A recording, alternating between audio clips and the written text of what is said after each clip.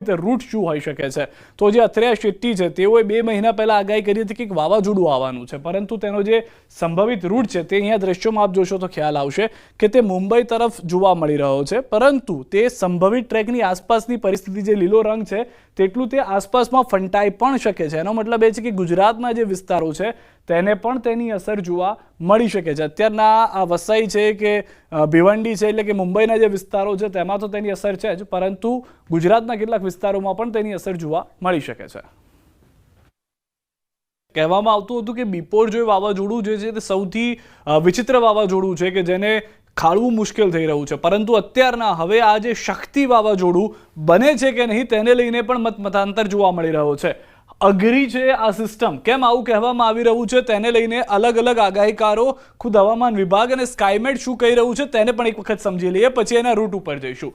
હવામાન વિભાગનું કહેવું છે કે ડિપ્રેશનથી મજબૂત થશે. એનો મતલબ સ્પષ્ટ છે કે અથવા તો આપણે એવું માનીને ચાલીએ કે ડિપ્રેશનથી મજબૂત એટલે તો ડીપ ડિપ્રેશન થઈ શકે છે, આવું હવામાન વિભાગનું કહેવું છે. સ્કાયમેટ શું કહી રહ્યું છે? સ્કાયમેટનું કહેવું છે કે ડિપ્રેશન બની શકે છે, એટલે કે ડિપ્રેશન બનવાની વાત જે છે તે આ બંનેમાં કોમન જોવા મળી રહી છે. અંબાલાલ પટેલ શું કહી રહ્યા છે? અંબાલાલ પટેલ કહી રહ્યા છે કે વાવાઝોડું બનશે.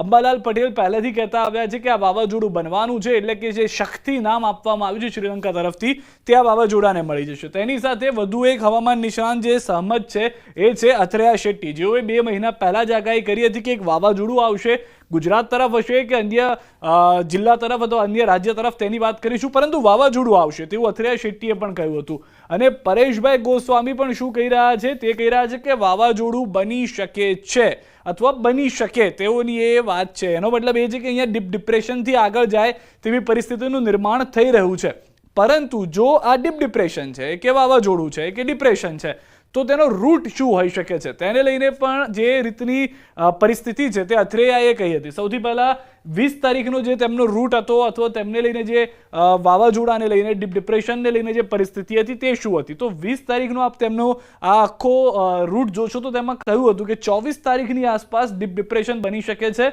મુંબઈ અને ગુજરાતના કેટલાક વિસ્તારો આપ જોશો તો તમને ખ્યાલ આવશે કે તેમાં અસર જોવા મળી શકે છે, પરંતુ તેમણે કહ્યું હતું કે સમય લાગશે, 2-3 દિવસ લાગશે, ત્યારબાદ ખ્યાલ આવશે. તો તેમને 2-3 દિવસ પછી પણ જે વાત કરી એ છે આ 22 તારીખે તેમણે જે જણાવ્યું તે પ્રમાણે થોડો જે રૂટ છે બદલાયો છે, પરંતુ આ સિસ્ટમ અઘરી છે. આ વાત જે છે તે હજી પણ અહીંયા કાયમ જોવા મળી રહી છે. હવે આપ જોશો તો 4 અલગ અલગ રંગના ચકરડા જોવા મળશે. પહેલું જે ચકરડું છે લીલા રંગનું એ 22 તારીખનું છે, તે આપ જોઈ રહ્યા છો એ છે ટ્રેકમાં શક્યતાઓ છે જે સંભવિત બદલાવની તે છે, અને તેની સાથે ત્યાં લખેલું છે કે ડિપ્રેશન બનશે, એટલે કે આજના ડિપ્રેશનની પરિસ્થિતિ છે. ત્યારબાદ જે પીળો રંગ આપ જોશો તેમાં તો એ છે કે ડીપ ડિપ્રેશન બનશે, એટલે કે તે 23 થી 24 તારીખની આસપાસ ડીપ ડિપ્રેશન હોઈ શકે છે અને 25 તારીખે તે વાવાઝોડાનું રૂપ ધારણ કરી લેશે. પરંતુ આ સિસ્ટમને લઈને જે કન્ફ્યુઝન છે કેમ અઘરી છે એનું બીજું એક કારણ એ પણ છે કે આસપાસમાં કેટલાક એન્ટી સાયક્લોન પણ છે કે જે સિસ્ટમને મજબૂત નથી થવા દેતા. સૌથી પહેલા આપણે એ જણાવી દઈએ, જે સ્પષ્ટ ભાષામાં અથવા સાદી ભાષામાં કહીએ તો જે પવનોની ગતિ હોય, જે ખોરાક જોતો હોય, જે ભેજવાળા પવનો જોતા હોય, જેનાથી મજબૂત વાતાવરણ સાથે વાવાઝોડું બનતું હોય છે, પરંતુ આ કેમ વધુ મજબૂત નથી થઈ શકતું અથવા તો અત્યારના જે અઘરી સિસ્ટમ છે તેવું થઈ રહ્યું છે? એનું કારણ છે ઉત્તરની ઉપર નજર કરશો આપ તો અહીંયા 2 એન્ટી સાયક્લોનિક સિસ્ટમ છે. એક અહીંયા આગળ આપ જોશો તો ત્યાં આગળ જોવા મળશે અને બીજી થોડી ડાબી બાજુ આપ જતા જોવા મળશે કે ત્યાં પણ એક એન્ટી સાયક્લોન સિસ્ટમ જે છે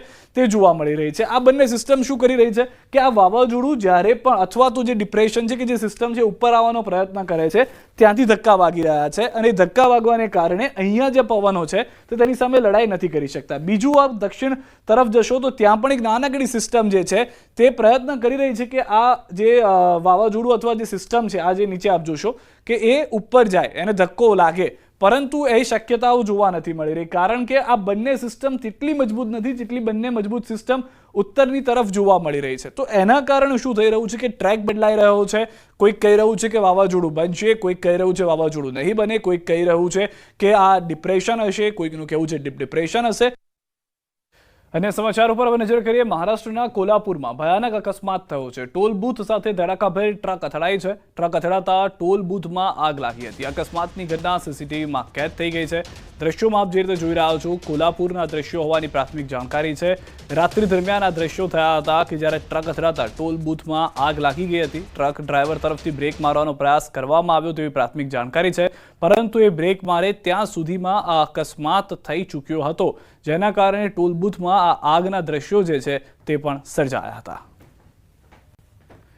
બીજી તરફ એ પણ જાણકારી છે કે આ જે વિડીયો છે તે 21 તારીખનો હોવાની જાણકારી છે, એટલે કે ગઈકાલનો આ વિડીયો છે અને રાત્રિના 9 વાગે આ ઘટના ઘટી હતી કે જેમાં એક ટ્રક ચાલક જે છે તે બ્રેક મારવાનો પ્રયાસ કરે છે, પરંતુ બ્રેક લાગતા સમય થઈ જાય છે. પહેલાં ત્યાં આગળ કોર્ડન કરવામાં આવેલું છે, એટલે કે અહીંયા ફાસ્ટેગનો ઉપયોગ નહીં થઈ શકે તેવું બોર્ડ છે, પરંતુ તે સમજે બ્રેક મારે તે પહેલાં આટલો મોટો અકસ્માત જોવા મળે છે.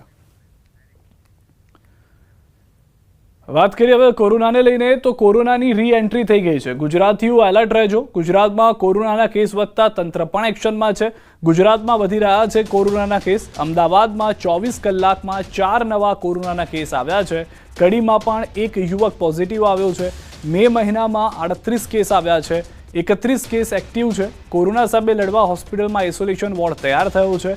1200 બેડની હોસ્પિટલમાં તૈયારીઓ થઈ ચૂકી છે. 20,000 લીટરની 2 ઓક્સિજન ટેન્ક પણ તૈયાર છે.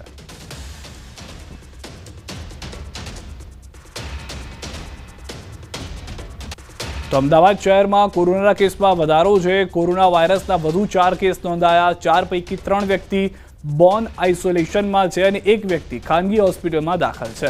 આ હોમ આઇસોલેશનની અંદર જે વ્યક્તિ છે તેને લઈને પણ જાણકારી છે કે તેઓ ગંભીર રીતે ચેપગ્રસ્ત નથી. એએમસીમાં અગાઉ 7 કેસ નોંધાયા હતા. આ સાથે જ અમદાવાદ શહેરમાં કોરોનાના કુલ 11 કેસ થયા છે.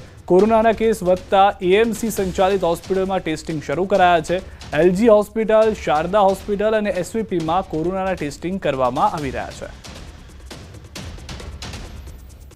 તો રાજકોટમાં પણ કોરોનાના કેસ નોંધાયા છે. 43 વર્ષીય પુરુષનો કોરોના ટેસ્ટ પોઝિટિવ આવ્યો છે.